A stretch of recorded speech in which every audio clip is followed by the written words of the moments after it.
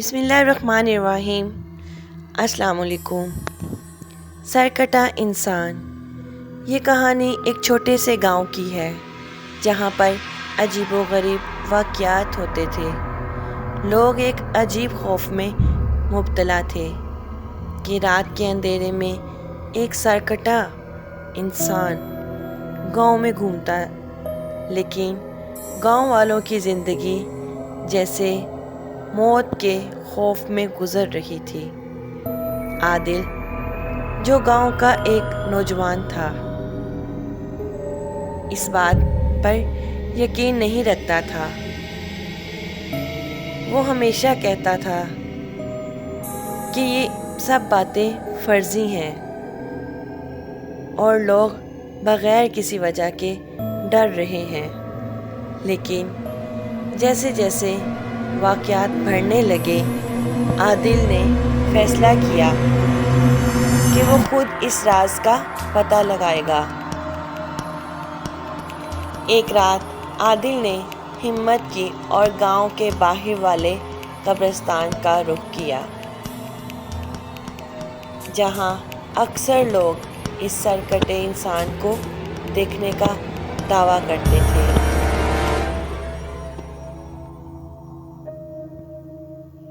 عادل نے اپنا ٹارچ لیا اور قبرستان کی طرف بڑھنے لگا۔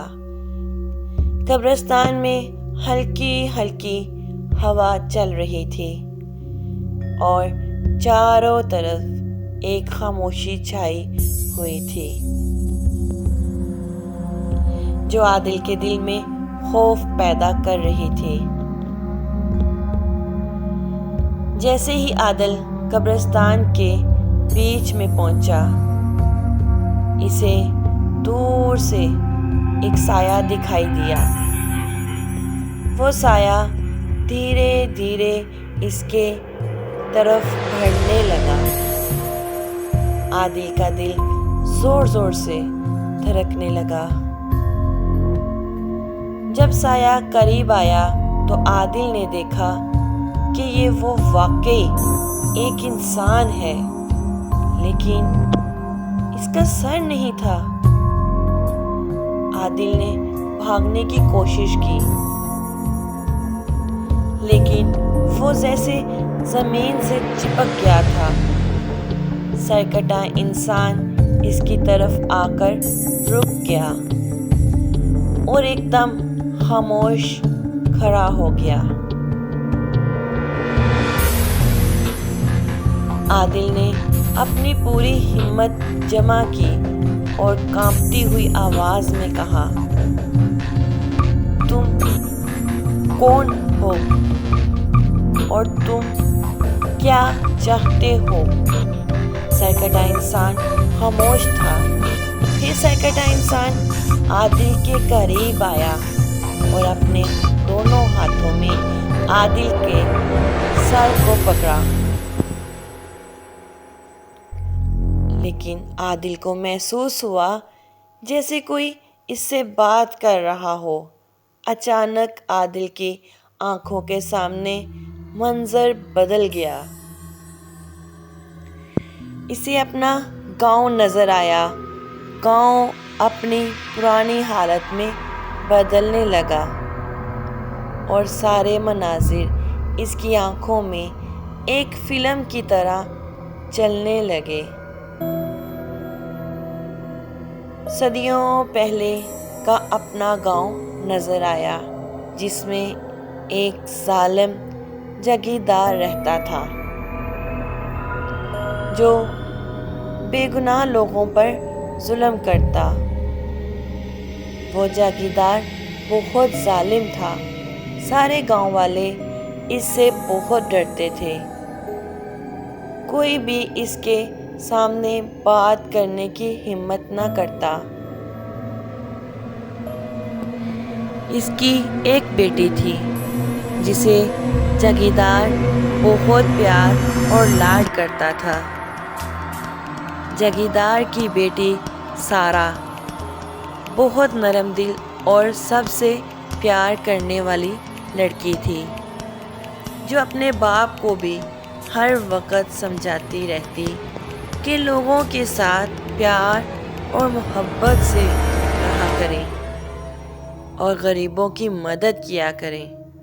لیکن جگیردار مسکرا کر کہتا، تم بچی ہو۔ فراز ایک بہت اچھا اور محنتی انسان تھا۔ اسے پڑھنے کا بہت شوق تھا۔ اس کا باپ بہت غریب انسان تھا، لیکن پھر بھی اس کے باپ نے اسے پڑھنے کے لیے شہر بھیج دیا۔ کچھ عرصے بعد فراز شہر سے ایک قابل ڈاکٹر بن کر واپس آیا۔ سارا، جو بچپن سے فراز کو پسند کرتی تھی، وہ فراز کو دیکھنے کے لیے اس کے کلینک پر روز جاتی۔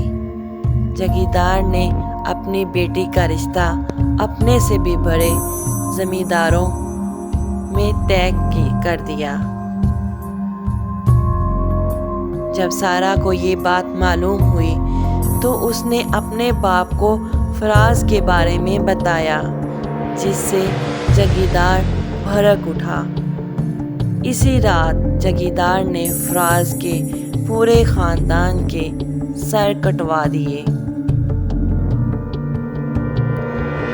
انہی مظلوموں میں سے ایک شخص فراز تھا، جس کا سر قلم کر دیا گیا تھا،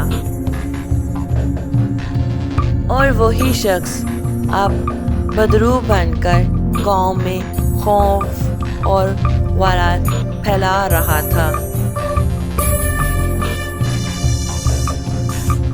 عادل کو اندازہ ہو چکا تھا کہ یہ سرکٹا انسان فراز ہے، جو اپنی موت کا انتقام لینا چاہتا ہے۔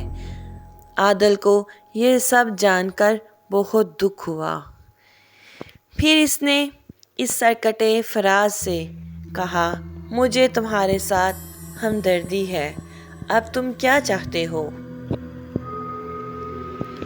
پورے گاؤں کے لوگ تمہاری وحشت سے ایک عجیب خوف میں مبتلا ہیں۔ پھر ایک خوفناک اور کڑک آواز آئی،